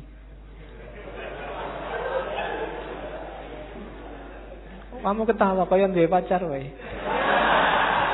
Oke, ya. Jadi itu maksudnya apa? Ketika orang jatuh cinta, dia sudah kehilangan dirinya. Yang ada hanya yang dicintai. Dia tidak peduli kalau dirinya sendiri luka, tapi jangan sampai yang dicintai luka. Itu Majnun. Majnun ini sebenarnya anaknya bangsawan yang jatuh cinta sama Laila. Ya sayangnya agak tragis ceritanya. Bagi yang baca Nizami nanti banyak momen-momen. Ada momen yang menurut saya bagus. Misalnya ketika Majnun saking pinginnya ketemu Laila yang sudah dinikahi orang lain, dan khawatir ketahuan keluarganya Laila, karena kalau ketahuan keluarganya Laila dia bisa diajar. Jadi waktu ada gerombolan ternak kambing lewat depan rumahnya Laila, dia ikut merangkak di situ bareng, hanya sekedar untuk melihat rumahnya Laila. Oke, itu Majnun. Nanti banyak momennya yang bagus dan banyak dipakai oleh Rumi. Cuma Rumi bikin cerita sendiri, hanya tokohnya Laila sama Majnun, dengan ilustrasi besarnya cinta Laila sama Majnun, besarnya cinta Majnun sama Laila, dan sebaliknya. Jadi Rumi ingin bilang bahwa tanda-tanda bahwa kamu jatuh cinta beneran adalah ketika kamu tidak lagi egois, tidak lagi mikir keuntunganmu apa. Sama Allah juga begitu. Kalau kamu masih ngitung-ngitung untungnya apa, belum ikhlas sejati, masih belum tanda-tanda cinta. Orang yang cinta itu disuruh apa aja iya, dan gak minta balasan. Disuruh sholat duha, iya sholat duha. Disuruh ngaji, iya ngaji. Tidak usah mikir kalau sholat duha itu nanti rezekinya bisa langsung datang. Tidak usah. Itu berarti masih ngitung-ngitung balasan. Barang siapa membaca surat Al-Waqi'ah setiap malam Jumat, maka itu berarti masih mikir reward, masih dagang sama Allah. Bukan salah, cuma levelnya masih belum level cinta. Kalau level cinta, ngaji ayo, disuruh baca Waqiah ayo 3 kali tidak apa-apa. Baca Yasin 10 kali tidak apa-apa. Tidak mikir kalau 10 kali balasannya maka ini. Kalau ini enggak. Kalau masih itu masih dagang. Kalau masih dagang belum cinta. Kalau cinta tidak mikir balasannya apa. Kenapa? Karena kamu sudah melupakan dirimu. Yang kamu ingat hanya yang kamu cintai. Yang penting Allah senang. Allah rela. Waktunya enak-enaknya orang tidur, aku bangun. Kenapa? Allah senang yang kayak gini. Waktunya orang cepat-cepat berangkat kerja, aku sholat dulu. Sholat duha. Kenapa? Allah senang yang kayak gini. Bukan karena tak sholat dulu nanti biar rezekiku lancar. Masih ada reward yang kamu pikir. Masih mikir balasan. Sama kayak kamu traktir pacarmu, ya sekarang traktir, tapi nanti harus mau lo ya boncengan. Itu masih mikir reward. Masih mikir, aku cinta padamu, tapi kamu cinta padaku juga kan? Kalau enggak ya aku nyari yang lain. Itu berarti belum. Masih dagang, masih negosiasi. Apa salah? Enggak. Cuma levelnya masih belum level cinta. Ketika belum level cinta, ya harus dinaikkan lagi, masih negosiasi, masih bukan Allah satu-satunya. Tapi jalannya sudah menuju Allah, tapi masih belum ikhlas. Karena ikhlas itu tidak mikir balasan. Sodakolah 1000 maka akan kembali 700.000 karena dilipat gandakan 700 kali. Ini kalau masih hitung-hitungan itu kesenangan koruptor-koruptor. Koruptor itu saya korupsi 1 juta, kemudian tak sodakohkan aja 10 juta. Korupsi 100 juta, tak sodakohkan 10 juta, 10 kali 700 sudah banyak itu pahalanya. Dosanya sama ininya kalau ditotal menang ininya, menang pahalanya. Kan korupsinya dosa 1 juta, sementara itu hitung-hitungan matematika. Kayak orang habis melakukan kejahatan terus umroh. Karena pahala dosa orang umroh, antara 2 umroh ini dosanya diampuni. Jadi sebelum melakukan kejahatan umrohlah, nanti habis melakukan kejahatan umrohlah. Nah itu hilang dosanya karena dosa di antara 2 umroh ini diampuni. Ini masih kalkulasi matematika. Emangnya Allah anak SD? Kamu ajari, kamu abusi dengan itu. Tidak bisa. Jadi levelnya belum cinta, belum ikhlas. Maka katanya Rumi kayak Majnun dan Laila. Rumi juga ngomong cinta itu kuat. Jangan salah. Energinya luar biasa. Jadi ya kalimatnya si puitis. Karena cinta duri menjadi mawar. Karena cinta cuka menjelma anggur segar. Karena cinta keuntungan menjadi mahkota penawar. Karena cinta kemalangan menjadi keberuntungan. Karena cinta rumah penjara tampak bak kedai mawar. Karena cinta hamparan debu tampak seperti taman. Karena cinta api berkobar jadi cahaya yang menyenangkan. Karena cinta setan berubah menjadi bidadari. Karena cinta batu keras menjadi lembut bak mentega. Karena cinta duka cita menjadi riang gembira. Karena cinta hantu berubah jadi malaikat. Karena cinta singa tak menakutkan seperti tikus. Karena cinta sakit jadi sehat. Karena cinta amarah berubah jadi ramah. Cinta itu energinya luar biasa. Kekuatannya luar biasa. Orang yang cinta tanah air rela loh mengorbankan nyawanya, rela disiksa oleh penjajah, rela dipukuli. Orang tua demi anaknya rela bersakit-sakit. Luar biasa energinya. Kamu sama pacarmu disuruh jemput pagi-pagi ya mau. Nggak punya uang disuruh traktir ya mau, dibelani utang. Sama dosennya disuruh bikin makalah. Makalahmu sendiri nggak digarap-garap ke makalahnya pacare. Itu pun mau. Itu kan energinya luar biasa. Pacarmu nyuruh apapun kamu jalankan. Sami'na wa atokna. Itu kan energi namanya. Kekuatannya nggak enak pun kalau bareng dia, nggak masalah. Kamu bisa menahan susah yang kayak gimana pun. Banjir, kamu nggak bisa pulang, akhirnya neduh pinggir jalan. Itu kan sengsara. Tapi kalau pas bareng dia, seneng aja, semoga hujannya nggak berhenti-berhenti. Padahal itu sengsara loh. Tapi kamu kan malah seneng menikmati. Itu kekuatannya cinta. Energimu berkali lipat. Ya syukur kalau ke Allah, tapi kalau ke yang bukan Allah, manfaatkan energimu sebaik-baiknya. Jangan sampai terlampiaskan secara tidak bermanfaat, sia-sia, eman-eman. Kalau kan kadang-kadang kamu nulis WA ke pacarmu aja kan dihapus berapa kali, khawatir keliru. Itu kan energi juga. Betapa sabarnya kamu waktu itu, betapa telatennya kamu. Mau tidur kamu nunggu, kok belum WA ya, kamu bela-belain melekan sampai dia bilang miss you, good night, kan no. Ya kan? Loh itu kan energi loh. Padahal kamu disuruh apa aja, suruh melekan enggak mau, tapi ini kamu mau melekan, itu energi. Coba energi ini dipakai untuk yang lebih manfaat, lebih luar biasa. Atau alihkan energi cinta untuk Allah. Kalau sudah jatuh cinta sama Allah, jangankan bangun malam, sepanjang malam tidak tidur pun sanggup. Para sufi banyak yang kayak gitu, saking asiknya sama Allah. Kayak Robiah kemarin kan, ya Allah, para pecinta sudah sama yang dicintai. Lampu-lampu telah mati, rembulan telah muncul, dan sekarang ini loh aku, mbok datanglah padaku.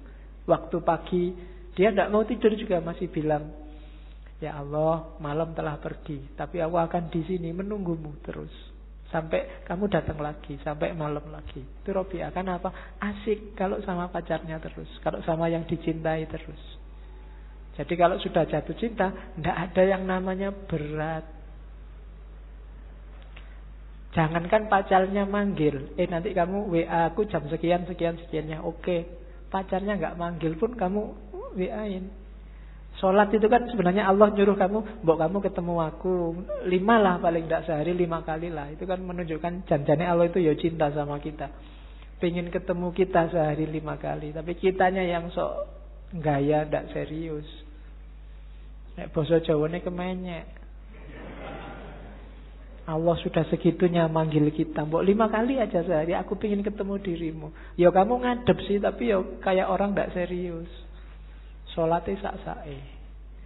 Tidak ada yang sholatnya bertahan 5 menit aja, 3 menit lah sama teman. Tidak juga. Sholatmu mesti cepet. Gusti Allah baru mau menatap wajahmu, loh sudah selesai.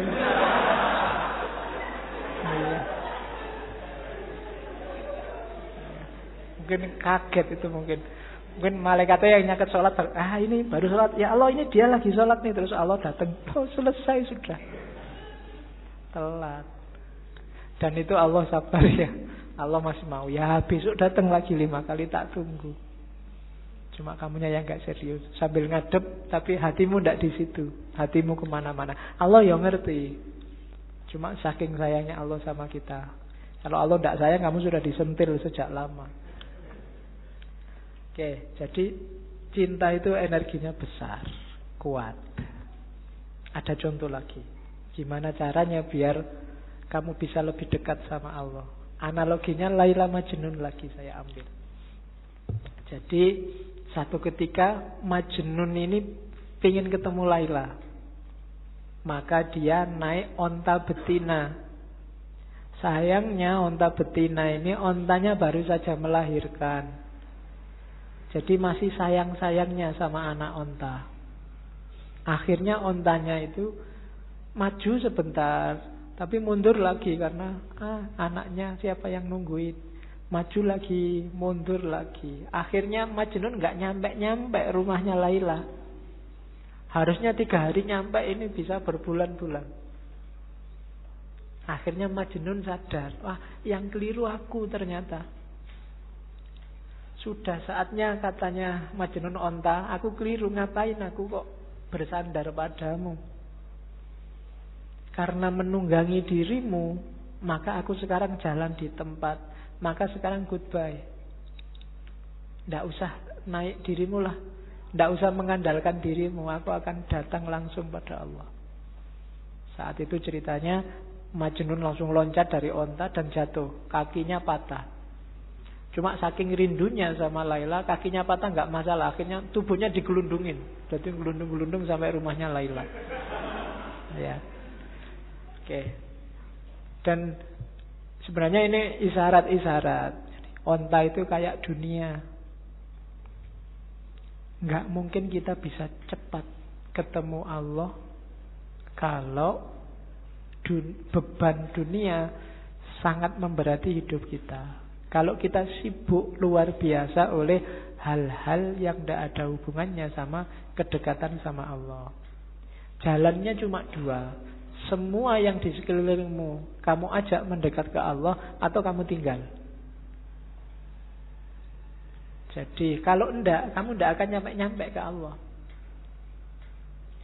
Kamu punya pacar, ini dia jadi penghalangmu untuk dekat terus sama Allah. Alternatifnya 2, ajak dia untuk bareng-bareng mendekat ke Allah atau tinggal. Nyari lagi susah, Pak. Ya, itu berarti dunia menghambatmu.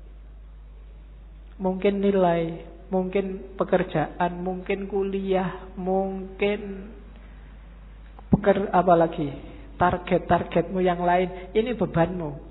Semakin banyak bebanmu, semakin lambat kamu sampai pada Allah. Kecuali semua beban ini kamu ajak juga mendekat ke Allah. Kalau tidak, buanglah.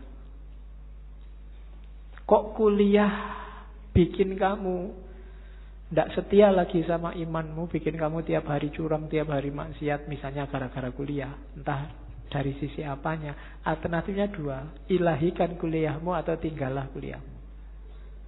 Itu rumusnya Rumi. Kalau enggak, kamu kayak unta betina tadi, maju 3 langkah, mundur 3 langkah. Saat ini semangat sufinya berkobar-kobar, tapi lain, tapi kalau gini ya saya enggak punya pacar nih, Pak, mundur lagi. Kalau kayak gini enggak bisa kumlot deh, Pak, mundur lagi. Terus begitu. Maka tinggallah unta betinamu. Meskipun kamu berat sampai harus gelundung-gelundung kayak tadi. Ya memang berat meninggalkan dunia. Tapi kalau enggak, ya kamu enggak nyampe-nyampe. Enggak bisa ilaihi roji'un. Nafasmu enggak akan mutmainah. Itu bahasanya Rumi. Lepaskan ikatan yang membelenggu jiwamu. Bebaskan dirimu. Selama ini kamu diperbudak harta. Kilauan emas dan perak membuat matamu tertutup. Kamu ingin memiliki dunia. Kamu ingin mengisi cawanmu dengan seisi lautan. Apa gunanya? Perhatikan tiram. Dia mengisi diri dengan air secukupnya, dan dia bisa melahirkan mutiara. Isilah dirimu dengan air kasih. Kasih yang bisa mengobati segala macam penyakit. Kasih yang bisa menaklukkan keangkuhan. Kasih yang bisa memabukkan Musa di atas bukit Sinai. Jadi dunia ya cuma ambil secukupnya saja. Jangan dimabuk oleh dunia, jangan terikat oleh dunia. Contohlah tiram katanya. Tiram itu ngambil air yang paling bagus, dimasukkan dalam dirinya, nggak usah banyak-banyak, secukupnya saja. Pada saatnya air ini akan jadi mutiara. Dunia juga begitu. Ambil secukupnya saja, sebutuhmu saja. Setelah itu jalankan tugasmu yang sejati di dunia ini. Kembali pada Allah. Kalau terlalu banyak, kamu tidak akan kuat berjalan. Jangan tertipu oleh dunia. Jadi maunya Rumi itu. Semakin berat beban duniamu, ya semakin kamu lama dekatnya sama Allah. Ya boleh masing-masing muhasabah ya. Hari ini itu urusanmu apa saja sih? Kalau nanti pulang ke rumah boleh nyari kertas sama pulpen.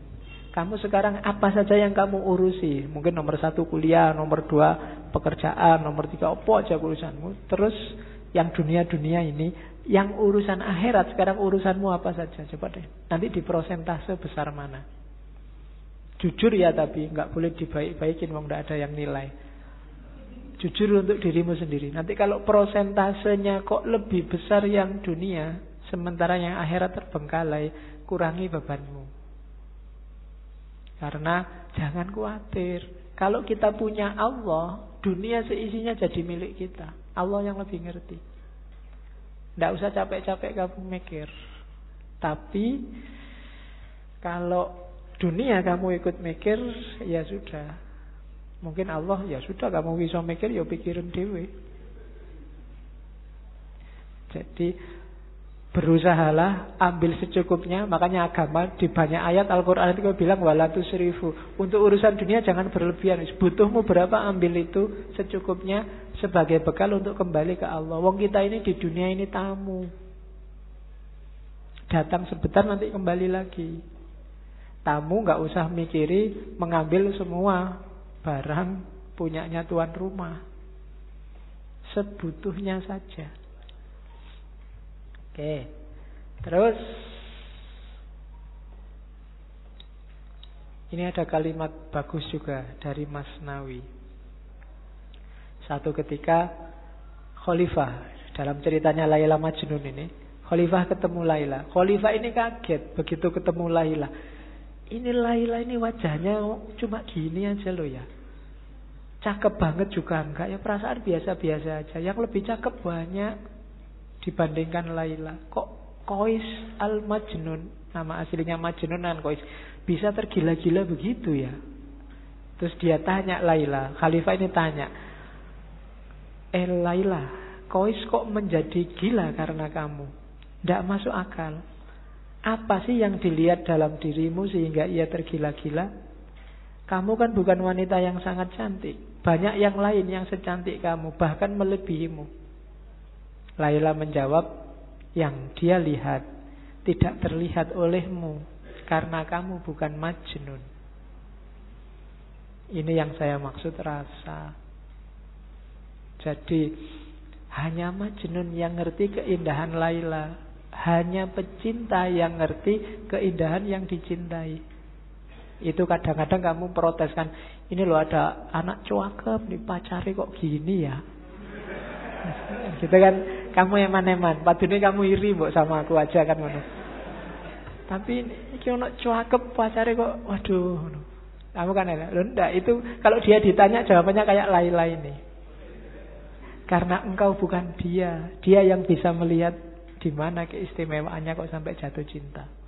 Loh kalau orang pikirannya standar, semua yang cakep, semua menganggap cakep, yang jelek semua menganggap jelek, yo yang jelek tidak akan laku. Hanya cakep saja yang laku. Tapi orang melihat yang dicintai dengan perspektifnya sendiri. Karena kamu bukan Majnun. Hanya pecinta yang ngerti indahnya di mana yang dicintai itu. Nah itu jawabannya Laila. Maka maksudnya Rumi apa? Kalau kamu ingin ngerti indahnya cinta pada Allah, ya cintailah Allah. Kalau ndak ya ndak. Kalau kamu masih sibuk dengan teori, sibuk membantah, ya ndak bisa, itu harusnya begini, ya ndak bisa. Ya wis, kamu ndak akan ngalami indahnya. Jatuh cintalah sama Allah. Nanti kamu akan ngerti. Sama kayak jawabannya Laila, karena kamu bukan Majnun. Kalau kamu Majnun, kamu ngerti di mana indahku. Karena kamu bukan Majnun, ya kamu ndak ngerti. Oke. Nah, ini syair paling terkenal dari Rumi. Cinta adalah intinya, dunia hanya kulitnya. Cinta adalah manisannya, dunia adalah piringnya. Agamaku adalah agama cinta. Adalah malu bagiku hidup melalui jasad dan roh belaka. Begitu engkau kehilangan cinta, maka hidupmu hanya jasad dan roh. Kamu hanya fisik dan mental. Tidak ada nilainya. Iya kamu hidup, iya kamu susah, kamu senang, iya kamu putus asa, iya kamu mengalami segala fenomena dunia. Tapi kamu kehilangan satu, yang penting cinta. Jadi ada jasmani, ada rohani. Modusnya harus cinta. Begitu modusnya bukan cinta, maka katanya Rumi, aku malu kalau begitu. Hanya jasad dan ruh belaka, termasuk agama. Beragama berarti modusnya juga harus modus cinta. Modus itu gayanya, gaya mencintai, bukan gaya dagang. Aku untung apa, kamu dapat apa. Apalagi gaya ngamuk, apalagi gaya marah-marah, gaya tawuran. Nggak. Agama gayanya harus gaya cinta. Gaya cinta itu ciri paling utama adalah tidak egois, tidak mikir senengnya sendiri, enaknya sendiri. Kalau masih aku, belum. Masih aku, kelompokku, aliranku, pikiranku, pendapatku, masih egois. Tidak bisa memahami yang lain. Pokoknya sing bener aku, liyane salah kabeh. Besok yang lain masuk neraka semua. Nah, gaya kayak gini berarti bukan gaya cinta. Ngomongnya jangan, kalau cinta itu aku yang bener sih, menurutku yang bener ini. Yang lain kalau bisa tak ajak semua masuk surga bareng-bareng aku. Bukan yang lain karena kamu banyak bid'ahnya kamu masuk neraka sekarang. Enggak begitu. Aku pingin aku dan kamu masuk surga. Ayo kita masuk surga bareng-bareng, menuju Allah bareng-bareng. Ini beragama gaya cinta, bukan beragama yang egois. Kalau beragama yang egois itu tinggal jasad dan ruhnya agama. Kehilangan esensinya, kehilangan intinya. Kalimat ini saya sampaikan karena banyak yang jangan-jangan Rumi ini nggak suka syariat. Suka. Cuma malam ini nggak saya tampilkan. Kapan-kapan kita ngomong bagaimana syariat dalam pandangannya Rumi. Kalimat itu saya ambil saja untuk tahu bahwa itu loh dasarnya Rumi. Aku hanyalah debu yang ingin selalu menempel pada telapak kaki Muhammad. Jadi yalah, semua yang diajarkan Rumi ya tetap dasarnya adalah cintanya dia pada Allah melalui Kanjeng Nabi. Karena yang bawa, yang memperkenalkan Allah kan Kanjeng Nabi. Sehingga kita hari ini dapat Islam. Maka prinsipnya Rumi adalah aku hanyalah debu yang ingin selalu menempel pada telapak kaki Muhammad. Ini gayanya sufi biasanya, yang bisa bikin kalimat-kalimat indah kayak gini. Oke, terakhir sudah mau jam 10. Yang masih mentah tidak akan pernah tahu keadaan matang itu seperti apa, kematangan itu seperti apa. Penjelasan lewat kata-kata tidak akan membantu. Sejak awal sampai akhir yang dibawa oleh Rumi malam ini adalah ilmu rasa, bukan ilmu lahir. Jadi tidak lewat kata-kata. Harusnya rasakan sendiri oleh batinmu. Dan untuk bisa nyampe ke sana, ya kita harus matang. Yang mentah tidak akan paham. Hanya yang matang yang paham. Itu kan kadang-kadang kita dengar ada istilah la ya'riful wali ilal wali. Kamu memahaminya, kok sombong banget toh, emangnya saya nggak bisa mikir, nggak bisa identifikasi wali itu yang mana. Maksudnya bukan itu. Maksudnya adalah orang yang merasakan, yang bisa memahami apa yang dirasakan orang lain dalam hal yang sama. Maka yang ngerti kewalian ya orang yang pernah merasakan kewalian, dunia kewalian. Jadi bukan urusan sombong tidak sombong, eksklusif tidak eksklusif. Yang paham rasa pedes adalah yang juga pernah merasakan pedes. Jadi bukan urusan dunia kewalian itu eksklusif. Jadi yang mateng, yang ngerti tentang kematangan. Yang belum pernah mateng, ya tidak ngerti. Ngertinya yang mentah-mentah, wong dia juga masih mentah. Hari ini banyak yang mentah, marah-marah sama yang mateng. Ya kan, itu yang kemudian di berita-berita muncul penistaan ulama kan itu. Penistaan ulama itu kan orang-orang yang mentah, yang ngomentari yang mateng. Ya untungnya yang dikomentari mateng. Ndak mungkin balas. Kalau balas berarti belum mateng. Ya. Yang mateng itu kan paling nganggap yang mentah itu ya wis memang belum paham. Kayak kamu ada anak kecil kok alah cah cilik biasa kan mesti gitu. Sama kayak Nabi waktu dilempari di Taif kan Nabi ngerti. Loh itu memang orang belum mateng, belum jadi, belum ngerti. Maka Nabi tidak balas marah meskipun Jibril datang. Nabi tak belain yuk kalau marah ndak. Malah didoakan semoga mereka dapat hidayah. Itu bedanya mateng dan tidak mateng. Tidak mungkin kalau dia mateng akan balas pada yang mentah. Kalau yang mentah melecehkan yang mateng, mungkin wong dia masih mentah. Jadi yang terjadi hari ini itu sangat masuk akal. Kamu nggak perlu kaget. Kok ada orang menistakan ulama? Itu tidak luar biasa. Orang awam loh menistakan ulama. Biasa. Yang luar biasa ada ulama menistakan orang awam.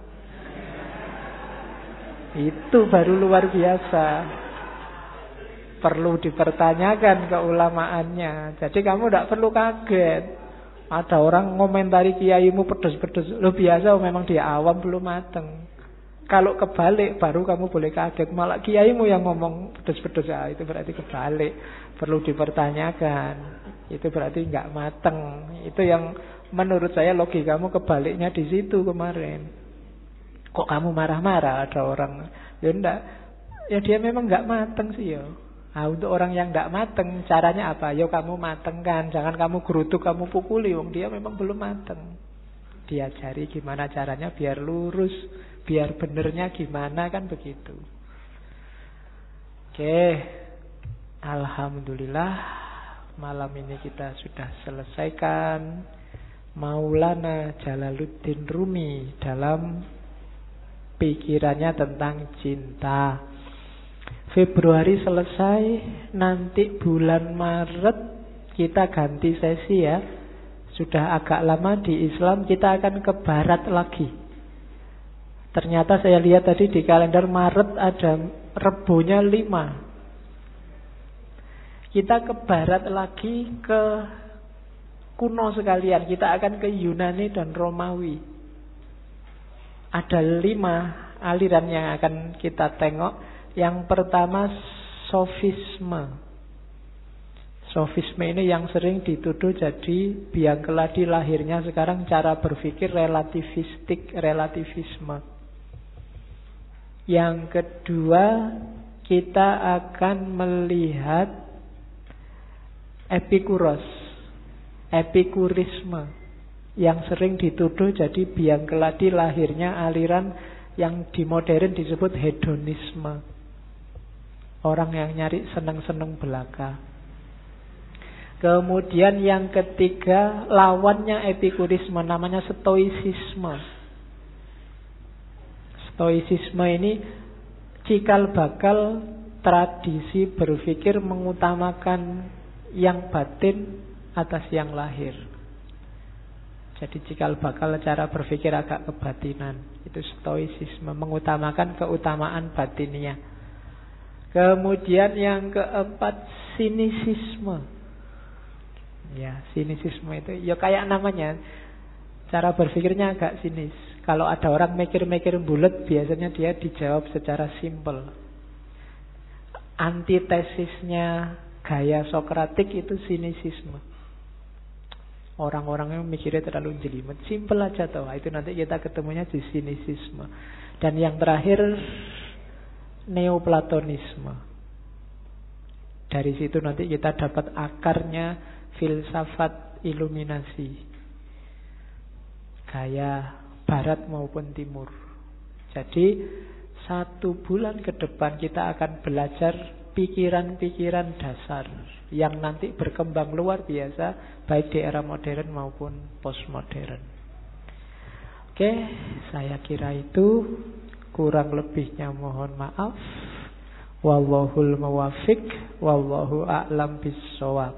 Wassalamualaikum warahmatullahi wabarakatuh.